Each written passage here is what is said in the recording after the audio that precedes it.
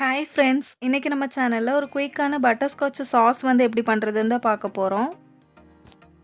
Butterscotch cake பண்ணுறதுக்கு crush வந்து கடையில் கிடைக்குது. அதுக்கு பதிலாக நம்ம இந்த சாஸ் கூட யூஸ் பண்ணிக்கலாம்.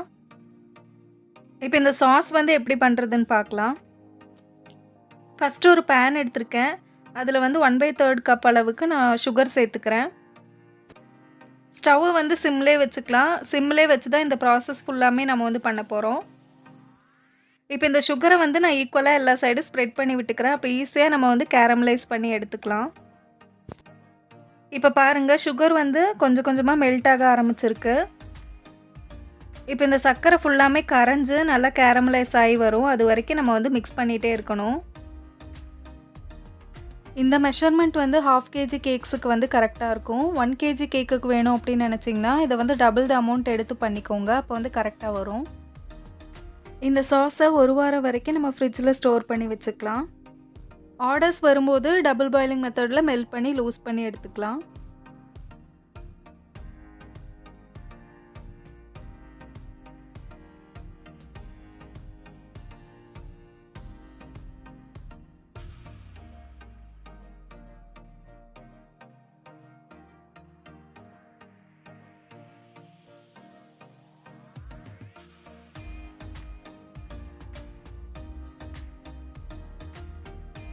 இப்போது சர்க்கரை ஃபுல்லாக கரைஞ்சு நல்ல ஒரு கோல்டன் ப்ரௌன் கலரில் வரும். சுகர் வந்து ஒரு கோல்டன் ப்ரௌன் கலர் வந்ததுமே இதில் வந்து பட்டர் சேர்க்க போகிறோம். இப்போது நல்ல ஒரு கோல்டன் ப்ரௌன் கலரில் வந்திருக்கு. இப்போ இதில் வந்து 2 டேபிள் ஸ்பூன் அளவுக்கு நான் அன்சால்ட்டட் பட்டர் சேர்த்துக்கிறேன். கோல்டன் கலரில் வந்ததுமே பட்டர் சேர்த்துக்கோங்க. ரொம்ப நேரம் வச்சுட்டு இருந்தீங்கன்னா சாஸ் வந்து டார்க் ப்ரௌன் ஆயிரும். அப்புறம் ஃபுல்லாக கசப்பாயிடும்.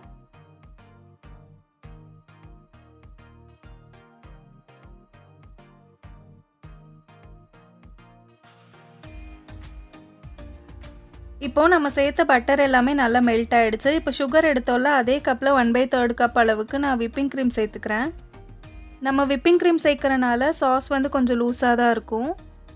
இன்னும் கொஞ்சம் சாஸ் வந்து திக்காக வேணும்னு நினச்சோம்னா ஃப்ரெஷ் க்ரீம் சேர்த்துக்கலாம். விப்பிங் க்ரீம் சேர்த்ததுக்கப்புறம் மிக்ஸ் பண்ணும்போது இந்த மாதிரி கட்டி கட்டியாக வரும். இதை நம்ம மிக்ஸ் பண்ணிகிட்டே இருந்தோம்னா சரியாயிடும். நீங்கள் ஹை ஃப்ளேமில் வைக்கவே கூடாது. லோ ஃப்ளேம்லேயே வச்சு நல்லா மிக்ஸ் பண்ணி விட்டுக்கலாம். இந்த மாதிரி சாஸ் எல்லாம் பண்ணும்போது நீங்கள் நான்ஸ்டிக் பேனில் பண்ணிங்கன்னா ஒட்டாமல் வரும்.